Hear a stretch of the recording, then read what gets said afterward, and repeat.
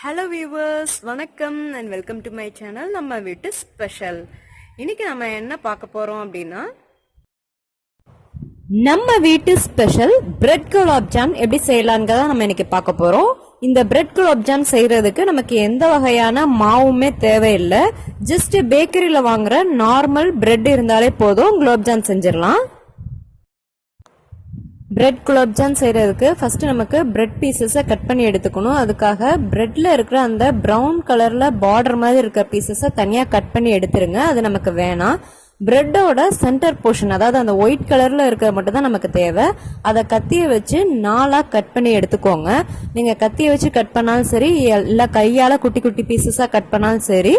ஆனா உள்ளுக்குள்ள இருக்கிற அந்த ஒயிட் போர்ஷன் மட்டும்தான் நமக்கு தேவை.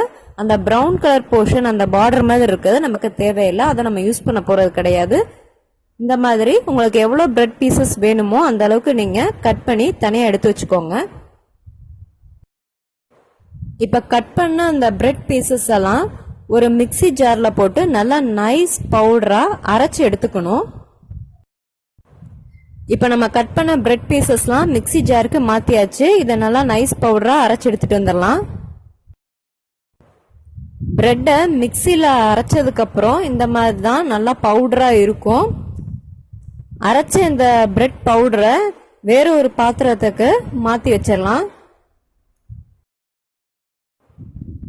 இந்த பிரெட் பவுடரை பால் ஊற்றி தான் குலோப்ஜான் மாவா நம்ம பிசைய போறோம். அதுக்காக நான் இன்னைக்கு பசும் பாலை நல்லா காய்ச்சி ஆற வச்சு எடுத்திருக்கேன்.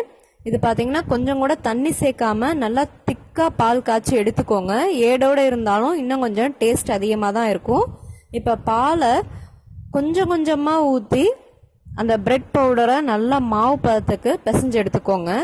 மாவு ரொம்ப கெட்டியா டைட்டா பிசைஞ்சிட்டீங்க அப்படின்னா குலோப் ஜாமுன் நல்லா ரவுண்ட் ஷேப்புக்கு வராது. நீங்க உருட்டும் போது கிராக் விழுந்துரும்.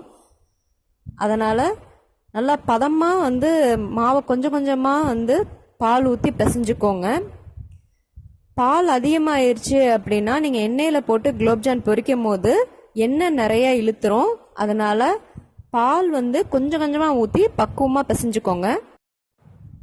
இப்போ பார்த்தீங்கன்னா நான் நல்லா மாவு பதத்துக்கு பிசைஞ்சு வச்சுட்டேன். இந்த மாதிரி கையிலையும் ஒட்டக்கூடாது, பாத்திரத்துலையும் ஒட்டக்கூடாது. அந்த அளவுக்கு பதமாக பக்குவமாக பிசைஞ்சுக்கோங்க. இப்போ பார்த்தீங்கன்னா உங்கள் 2 கையிலையும் நல்லா எண்ணெயை அப்ளை பண்ணிக்கோங்க. உங்களுக்கு என்ன சைஸ்ல வேணுமோ அந்த அளவுக்கு மாவு எடுத்து நல்லா உருட்டிக்கோங்க. உருட்டும் போது எதுவும் மாவுல வெடிப்போ கிராக்கோ எதுவுமே இருக்கக்கூடாது. அந்த அளவுக்கு நல்லா இந்த மாதிரி ஷைனிங்கா ஈவனா உருட்டிக்கோங்க ரவுண்ட் ஷேப்ல. அப்பதான் நம்மளோட குலோப்ஜான் எண்ணெயில போட்டு பொரிச்சு எடுக்கும் போது விரிசல் இல்லாம அதே ரவுண்ட் ஷேப்ல நமக்கு கிடைக்கும். இதே மாதிரி எல்லா மாவையும் உருண்டை பிடிச்சி எடுத்துக்கோங்க. இப்போ நம்ம குலோப்ஜானுக்கு தேவையான இந்த சுகர் சிரப் செஞ்சு எடுத்து வச்சிடலாம். அதுக்காக நான் இன்னைக்கு ஒரு பாத்திரத்தில் தண்ணி ஊற்றி தண்ணி சூடானதுக்கு அப்புறம் 1 கப் சுகர் சேர்த்துருக்கேன். 1 கப் சுகருக்கு 3 கப் அளவுக்கு தண்ணி சேர்த்தா கரெக்டாக இருக்கும். இது நார்மல் ஸ்வீட்னஸ்க்கு இருக்கிறதுக்கு இந்த அளவு போதும். உங்களுக்கு ஸ்வீட்னஸ் கம்மியாக வேணும் அப்படின்னா நீங்கள் சர்க்கரையோட அளவுக்கு குறைச்சிக்கலாம். இல்லை கூட வேணும்னாலும் நீங்கள் உங்கள் டேஸ்ட்டுக்கு ஏற்ற மாதிரி சர்க்கரையோட அளவை நீங்கள் கூட குறைச்சி சேர்த்துக்கோங்க. அது கூட ஒரு 2 ஏலக்காவை நல்லா தட்டி சேர்த்துருக்கேன். அது கூட ஒரு சிட்டி அளவுக்கு ஃபுட் கலர் சேர்த்துருக்கேன். ஃபுட் கலர் கண்டிப்பாக அது ஆப்ஷனல் தான். உங்களுக்கு வேணும்னா சேர்த்துக்கலாம், இல்லைன்னா நீங்கள் அதை சேர்க்காம செய்யலாம். ஃபுட் கலர் சேர்க்கும் போது அந்த சிரப் பார்த்தீங்கன்னா நல்லா பேக்கரியில் வாங்குற அந்த கலர் நமக்கு கிடைக்கும். அதுக்காக தான் ஃபுட் கலர் சேர்க்குறோம். உங்களுக்கு அது வேண்டாம் அப்படின்னா நீங்கள் அதை தவிர்த்துக்கலாம். இது பார்த்தீங்கன்னா மீடியம் ஃப்ளேமில் ஒரு 5லேருந்து 7 நிமிஷம் நம்ம சேர்த்துருக்க அந்த சுகர்லாம் நல்லா கரைஞ்சி வர வரைக்கும் நல்லா கொதிக்க வச்சு எடுத்துக்கோங்க. இப்போ நம்ம ரெடி பண்ணி வச்சிருக்க அந்த குலோப்ஜான் உருண்டைகளை எண்ணெயில் போட்டு பொரிச்சு எடுத்துடலாம். நான் இன்னைக்கு 8 பிரெட் ஸ்லைசஸ் எடுத்து வச்சிருந்தேன். அதில் எனக்கு பார்த்தீங்கன்னா 14 குலோப்ஜான் உருண்டைகள் கிடைச்சிது. உங்களுக்கு எவ்வளோ குலோப்ஜான் வேணுமோ அந்த அளவுக்கு நீங்கள் பிரெட்டை சேர்த்துக்கோங்க. இப்போ எண்ணெய் சூடாயிடுச்சு. இதில் நம்ம ரெடி பண்ணி வச்சுருந்த குலோப்ஜான் உருண்டைகளை ஒன்றா போட்டு நல்லா பொரிச்சு எடுத்துக்கலாம். அப்படியே டக்குன்னு எல்லா உருண்டையும் ஒன்றா போட்டு கொட்டிடாதீங்க, உடஞ்சி போயிடும். ஒன்றா நீங்கள் எண்ணெயில் போடுங்க.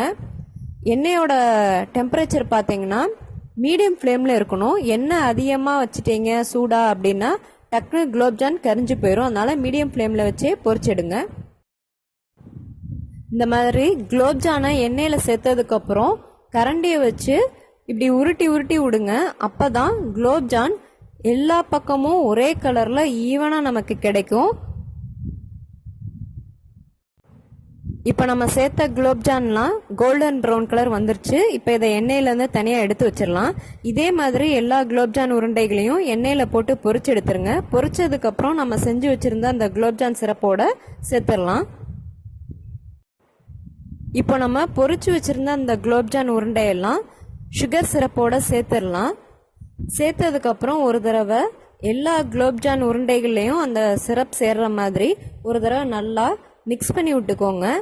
இது 1 மணி நேரமாவது நல்லா இந்த சுகர் சிரப்லேயே ஊறணும். ஊறினாதான் இந்த குலோப்ஜான் நல்லா ஜூஸியாக டேஸ்டாக இருக்கும். அவ்வளோதாங்க, நம்ம வீட்டு ஸ்பெஷல் பிரெட் குலோப்ஜான் ரெடி ஆயிடுச்சு. நீங்களும் ட்ரை பண்ணி பாருங்கள். உங்களுக்கு இந்த வீடியோ பிடிச்சிருந்தா லைக் பண்ணுங்க, ஷேர் பண்ணுங்க, மறக்காம நம்ம சேனலை சப்ஸ்கிரைப் பண்ணுங்க. நன்றி, வணக்கம்.